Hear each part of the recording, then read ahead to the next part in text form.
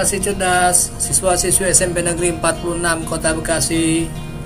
Assalamualaikum warahmatullahi wabarakatuh. Bagaimana kabarmu hari ini? Semoga kita semua senantiasa diberi nikmat sehat dan selalu berada dalam lindungan Allah Subhanahu wa taala. Anak-anakku generasi cerdas, tentu kalian masih ingat materi kita pada pertemuan yang lalu. Ya, betul, tentang permintaan dan penawaran. Nah, materi tersebut memiliki keterkaitan dengan materi kita pada hari ini, karena pada hari ini kita akan membahas tentang perdagangan antar pulau dan antar negara. Kenapa memiliki keterkaitan? Karena adanya permintaan dan penawaran itu akan menimbulkan terjadinya sebuah perdagangan. Apa sih perdagangan itu?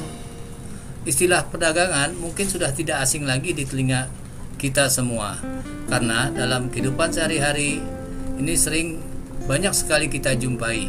Bahkan di antara kita mungkin sudah secara tidak langsung sudah menjadi bagian dari pelakunya yang melakukan kegiatan perdagangan tersebut. Konsep perdagangan atau perniagaan merupakan kegiatan tukar-menukar barang atau jasa berdasarkan kesepakatan bersama tanpa adanya unsur paksaan. Sedangkan konsep perdagangan antar daerah atau antar pulau adalah merupakan perdagangan yang dilakukan oleh penduduk atau lembaga suatu daerah atau pulau dengan penduduk atau lembaga suatu daerah atau pulau lain dalam satu batas wilayah negara atas dasar kesepakatan bersama. Kegiatan perdagangan antar daerah atau antar pulau sudah dimulai sejak zaman nenek moyang kita. Di Pulau Jawa telah berkembang beberapa pusat perdagangan. Selain itu, di Indonesia bagian tengah maupun timur juga berkembang kerajaan dan pusat-pusat perdagangan.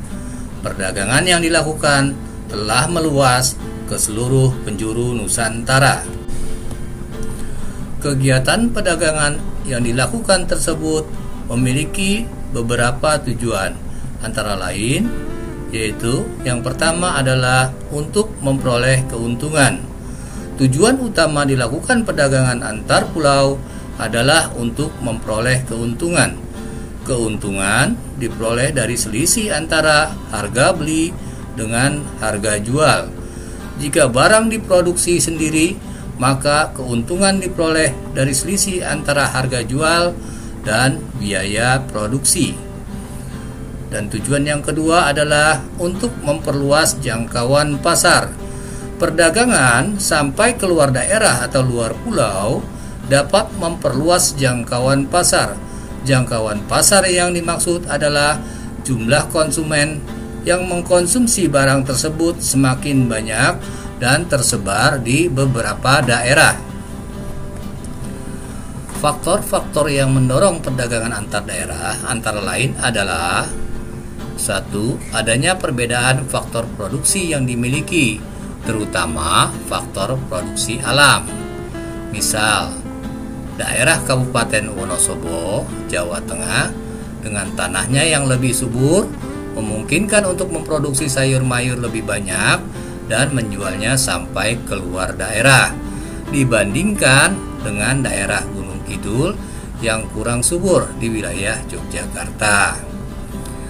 Faktor yang kedua adalah adanya perbedaan tingkat harga antar daerah. Selain perbedaan kekayaan alam, perbedaan tingkat harga antar daerah juga mendorong terciptanya perdagangan antar daerah. Contoh, misalnya di daerah yang kaya akan buah durian, tentu harga durian akan lebih murah dibandingkan dengan daerah yang lain yang lebih sedikit memiliki pohon durian. Hal ini yang mendorong adanya perdagangan antar daerah. Apa sih manfaat perdagangan antar daerah? Manfaat perdagangan antar daerah antara lain yaitu: 1. dapat menyediakan alternatif kebutuhan bagi konsumen. Dengan adanya perdagangan antar daerah atau antar pulau, konsumen dapat menikmati produk yang tidak diproduksi di tempat tinggalnya. Yang kedua adalah untuk meningkatkan produktivitas. Hal ini akan mendorong produsen untuk meningkatkan produksi sehingga meningkatkan produktivitas. Yang ketiga yaitu untuk memperluas kesempatan kerja bagi masyarakat. Peningkatan jumlah barang yang diproduksi dalam jumlah besar akan menyebabkan produsen butuh tenaga kerja tambahan, sehingga akan ada lowongan kerja tambahan. Perdagangan antar negara. Apa sih perdagangan antar negara itu? Perdagangan antar negara atau yang sering disebut dengan perdagangan internasional merupakan aktivitas perdagangan yang dilakukan oleh masyarakat suatu negara dengan masyarakat lain atas dasar kesepakatan bersama. Masyarakat yang dimaksud dapat berupa individu, kelompok, atau lembaga. Pada zaman sekarang, batas dan jarak bukan lagi menjadi penghalang seseorang atau badan untuk melakukan kegiatan perdagangan. Bahkan antar negara pun dapat melakukan perdagangan dengan mudah. Aktivitas perdagangan antar negara meliputi kegiatan ekspor dan impor. Ekspor adalah merupakan kegiatan menjual barang atau produk ke luar negeri. Ekspor dilakukan oleh seseorang atau badan. Pelaku ekspor disebut sebagai eksportir. Tujuan utama kegiatan ekspor adalah untuk memperoleh keuntungan. Barang yang diekspor akan dibayar oleh pihak pembeli dengan alat pembayaran berupa mata uang asing atau mata uang luar negeri seperti dolar. Sedangkan impor adalah merupakan kegiatan membeli barang dari luar negeri. Seseorang atau badan yang melakukan impor disebut dengan importir. Seseorang importir membayar barang yang ia beli dengan mata uang asing. Importir dapat menukarkan uang rupiah mereka dengan mata uang asing di bank dalam negeri. Selanjutnya digunakan untuk membayar barang yang diimpor. Barang-barang yang diimpor oleh Indonesia terdiri dari dua macam, yaitu migas dan non-migas. Faktor yang mendorong terjadinya perdagangan antar negara antara lain yaitu untuk memenuhi kebutuhan barang dan jasa di dalam negeri. Yang kedua, keinginan untuk memperoleh keuntungan dan meningkatkan pendapatan negara. Ketiga, adanya perbedaan kemampuan penguasaan ilmu pengetahuan dan teknologi dalam mengolah sumber daya ekonomi. Keempat, adanya kelebihan produk dalam negeri sehingga perlu pasar baru untuk menjual produk tersebut. Kelima, adanya perbedaan keadaan seperti sumber daya alam, iklim, tenaga kerja, budaya, dan jumlah penduduk yang menyebabkan adanya perbedaan hasil produksi dan adanya keterbatasan produksi. Keenam, yaitu keinginan untuk membuka kerjasama, hubungan politik, dan dukungan dari negara lain. Dan yang terakhir adalah terjadinya era globalisasi, sehingga tidak satu negara pun di dunia dapat hidup sendiri. Manfaat perdagangan antar negara atau perdagangan internasional antara lain adalah: 1. Untuk memperoleh barang yang tidak dapat diproduksi dari dalam negeri. Yang kedua, yaitu untuk menjalin persahabatan antar negara. Dan yang ketiga adalah untuk mempercepat transfer teknologi modern. Kebijakan-kebijakan pemerintah untuk mendorong ekspor antara lain adalah dengan memberikan kemudahan, yaitu kemudahan dalam mengurus perizinan serta memberikan fasilitas kepada produsen barang-barang ekspor. Fasilitas tersebut berupa bantuan teknologi, pelatihan inovasi produk, bantuan kredit dengan bunga rendah. Hal ini akan menjadikan produsen menjadi semangat untuk memproduksi.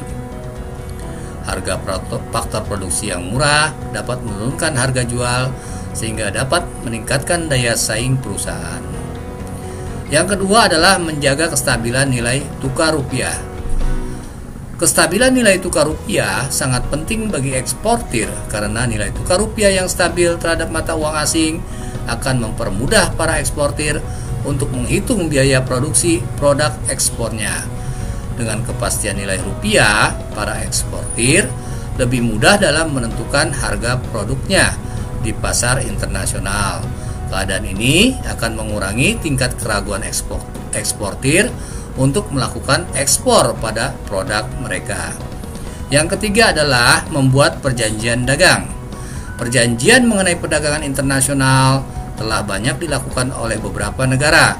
Perjanjian ini mencakup kesediaan masing-masing negara untuk menjadi pembeli atau penjual suatu barang. Perbedaan perdagangan antar pulau dan perdagangan antar negara. Pada perdagangan antar negara, peluang perdagangan menjadi lebih besar. Suatu negara dapat menjual barang atau jasanya ke negara lain dan bisa membeli barang atau jasa dari negara lain. Dalam perdagangan antar pulau, kita hanya dapat melakukan perdagangan antar daerah atau pulau dalam lingkup suatu negara. Perbedaan yang kedua yaitu adanya kedaulatan bangsa. Pada perdagangan antar negara, bangsa-bangsa dapat mengatur aliran barang dan jasa, tenaga kerja, dan keuangan. Negara-negara menunjukkan kedaulatannya di sini. Sementara di perdagangan domestik atau perdagangan dalam negeri atau perdagangan antar pulau, aliran perdagangan berjalan secara bebas tanpa regulasi yang berarti dari negara. Yang ketiga, perbedaannya adalah perdagangan antar negara menggunakan kurs tukar. Dalam melakukan perdagangan, negara-negara menggunakan kurs tukar yang berbeda-beda. Ini berbeda dengan perdagangan domestik yang hanya menggunakan satu kurs tukar. Perdagangan antar negara juga membutuhkan sistem keuangan antar negara yang dapat memastikan kelancaran aliran mata uang. Siswa-siswi generasi cerdas, demikianlah pokok pembahasan kita pada pertemuan kali ini. Mudah-mudahan bisa dipahami dan silakan kalian untuk membuat ringkasan atau rangkuman di lembar kerja kalian. Nanti hasilnya diserahkan ke Google Classroom IPS. Terima kasih, sampai berjumpa kembali. Assalamualaikum warahmatullahi wabarakatuh.